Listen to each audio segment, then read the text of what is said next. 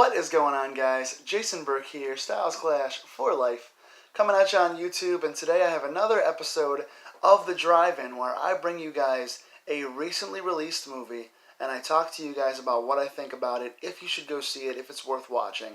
Today, I've got another Netflix edition. You guys seem to like when I discussed a previous Netflix movie that just came out recently. He's out there. And so I wanted to bring you guys another recent Netflix release that I just watched. Admittedly, I didn't take a ton of notes on this one, and it's been about a week since I watched it. But it is a newer Netflix release, and I wanted to bring you guys the info on it while it was still somewhat fresh to me. But I'm going to bring you guys a spoiler-free review today to start off, and then get into spoilers later, of 2019's Mercy Black. Now, this was written and directed by Owen Egerton, who also was responsible for writing and directing Bloodfest.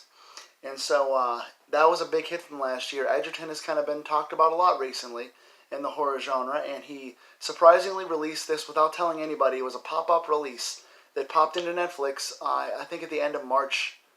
At the end of March, I believe, 2019. Mercy Black, this film is. And I gotta say, all in all, I really enjoyed this. I know it didn't get a lot of good feedback. People were expecting a little more after Bloodfest. But all in all, I was pleasantly surprised by this. I was expecting another humdrum, run-of-the-mill, possession demon-style movie. And I feel like this was a lot more than that to me. Quickly on the info here again. Owen Egerton wrote and directed. It was starring Daniela Pineda, Janine Garofalo, who was pleasant surprise to see, and Austin Amelia. And spoiler-free at first, and I'll get into the spoilers at the end of the video, in case you guys have not seen it. This is a movie about a girl who comes back from the insane asylum after a long stint as a child in a correctional style facility for mental health. And she comes back when she turns 18 to her sister's house to stay with her sister. And she had originally gotten locked up because her and her friend killed another, or injured another one of their friends. Possibly killed them. We'll get into that. They injured another friend of theirs and got locked up for stabbing a friend of theirs. And now in 2019, or whenever she gets released, she's starting to see this figure she claimed when she was a kid, Mercy Black, that is haunting her life again. And she has to figure out what's real, what's a delusion. Is Mercy Black real? Is someone else behind this? What's going on behind this haunting figure that destroyed their childhood? And there are a lot of cool ancillary characters, extra characters in this. The nephew, who does a good job playing the character. I don't know the characters' names in this, so I apologize for not doing enough homework. But the nephew character who she's staying with is a fun, adventurous little boy.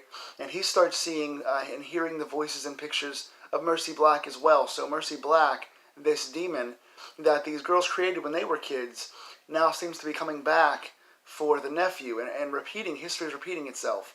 There's also a librarian character who is very integral to the story as well. She's kind of been mentoring the nephew a little bit, and the nephew is curious about Mercy Black through asking the librarian and stuff like that. So the librarian character has a big part in this. Janine Garofalo's character is the doctor, who comes back in the end as well. So the acting in this overall is very solid. Nothing stood out as being bad. I really enjoyed seeing Janine Garofalo after all these years. Very talented actress who I haven't heard from for a while. So good to see her. Daniela Pineda as the main character who was haunted by Mercy Black. Really good character there. I really enjoyed her. Acting throughout was solid. Even the nephew, the young kid character, very solid, well acted. I enjoyed the score for this. This felt like an older movie with how the score was just constantly present, with like the knocking in the house and the low rumbling bass in some of the scenes, and a few brief music cues in there. I thought that the score was ever present, and I thought it was a lot of loud bangs and a lot of haunting, but it wasn't cheap. A lot of times when you see these movies, like the Conjuring universe, they rely solely on jump scares and loud music cues to just make you jump, and there's no real story behind it. The music accompanied the house, both the location of the house and the music itself accompanied the story and aided it in a way that made it more scary because it was constantly there in the back of your mind. The low thumping and just the bass of the soundtrack was just there, creating another character for this story. Really enjoyed that as well. All in all, good storytelling. It's hard to kind of talk too much about it without spoiling. I think I summed it up as best I can, that this character is trying to have her history not repeat itself and figure out why this childhood figure is back to torment her. And they did use some jump scares, but it didn't feel cheap to me. It felt like the jump scares were spread out enough that I kind of liked it. Also, the Mercy Black character was built really well. The kind of the mask and kind of the accoutrements they decorated Mercy Black with.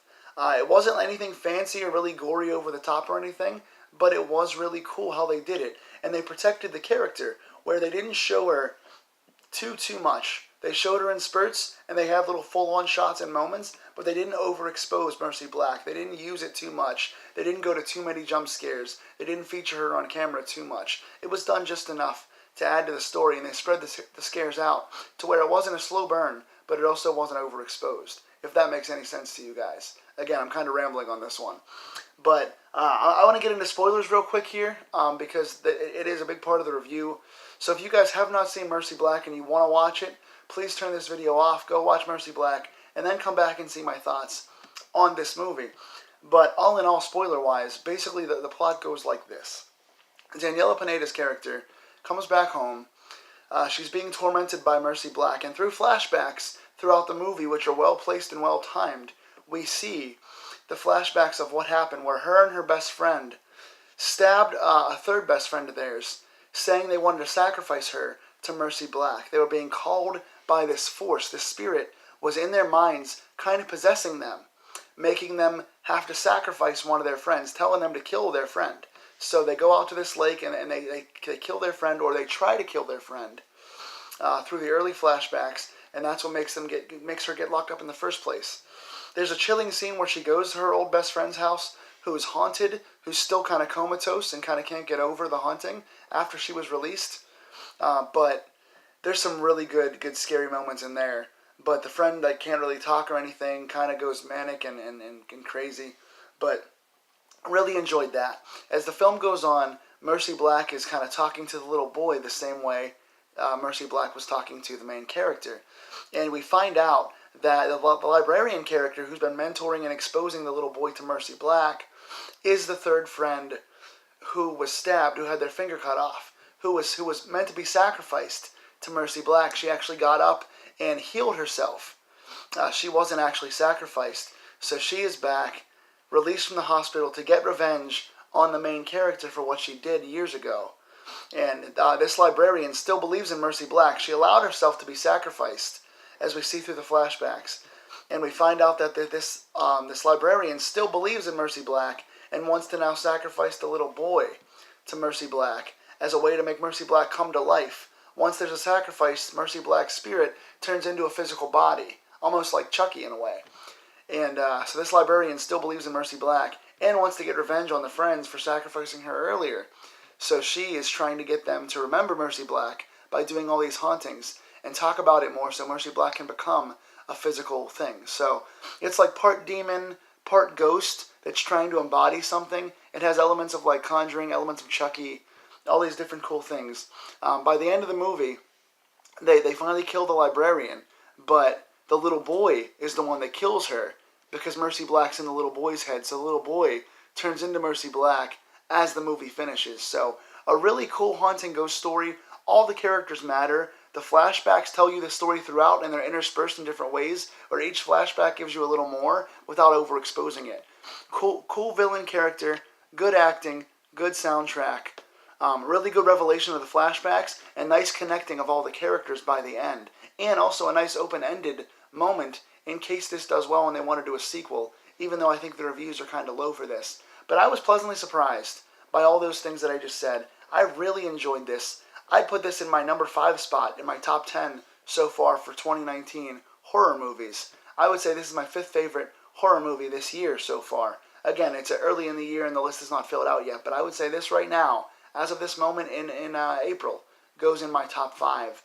I really enjoyed this movie, and because of this movie and me enjoying it so much, I went back and watched Bloodfest for the first time, which was Owen Edgerton's other movie he wrote and directed last year. I'm going to give you guys the review for that movie tomorrow, so if you guys want to see a Bloodfest review, let me know in the comments. If you watched Mercy Black, what did you guys think of this? I've got it 7 out of 10.